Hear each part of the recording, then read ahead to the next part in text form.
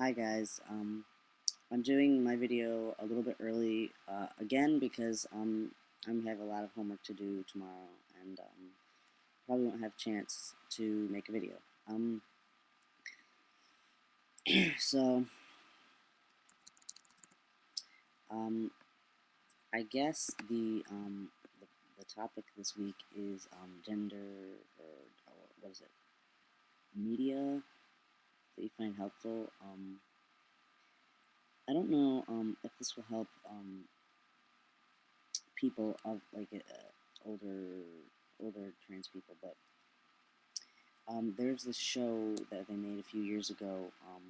It was on Logo a few times, but I don't know if it's still up. But they have it on YouTube. You can either buy it on iTunes, which I did, and they have it on YouTube also. And I'll put a link up. But it's called Transgeneration. If you've never heard of it, and it's basically a documentary about four transgendered college students, two female to male and two male to female, all in various stages of their transition. And I thought it was really helpful, not necessarily for me because like I'm living it, but for like family members. Like I showed it to my sisters, and my sisters both found it really helpful. Um, and I think they understood a lot more after they watched the video. So that's really my biggest uh, you know, resource for helping other people. And it's also good to watch yourself. But like I said, it's basically like I'm living it, so it always like basically like I know this stuff. But it's good because they have two trans guys. Neither one have started T yet, but one starts T by the end or halfway through, and the other one doesn't. And I believe he lives like lives overseas. He lives here, but he's from like Cyprus, and he has to go back to living as a female when he's home. So there's him, and then there's two women. One of them, halfway through the show, gets her SRS, and the other one does not end up getting an SRS. She is Filipino and also deaf. So a lot of different types of people, and then there's other people like they know other people.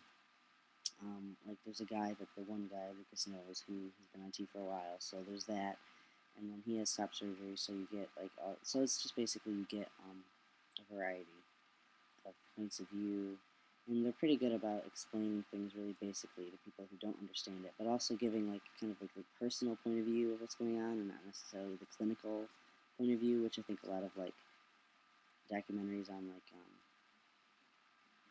the health channel and stuff do. Um, so I'll put a link up for that. Although if you like it, you should buy it on iTunes. It's only like $10 for the whole season. And what else? Also, I really enjoy the books by Kate Bornstein. She's a trans person who wrote Gender Outlaw and also wrote the Gender Workbook and a few. She's also a performance artist, so she wrote some other things too. But she's really like postmodernist sort of theories on gender and transgenderism, and she I believe she had an SRS and everything, but she kind of is comfortable settled like in between genders. So like is just very gender queer. So if people are like more leaning towards gender queer, she's really good for that. But she's also really inclusive and doesn't make you feel bad about whether you want to whether you're cisgendered, whether you want to be stealth, whether you're like gender queer, like no matter what, she's really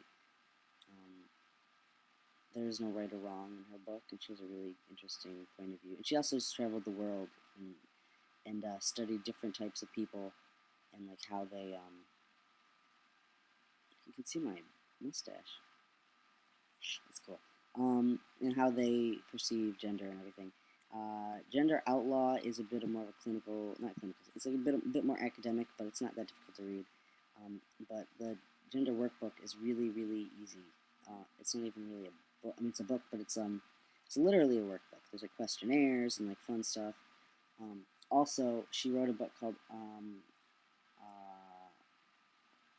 101 Alternatives to Suicide, which is really, really good for anyone. Not even if you're suicidal, but just if you're having a difficult time with life.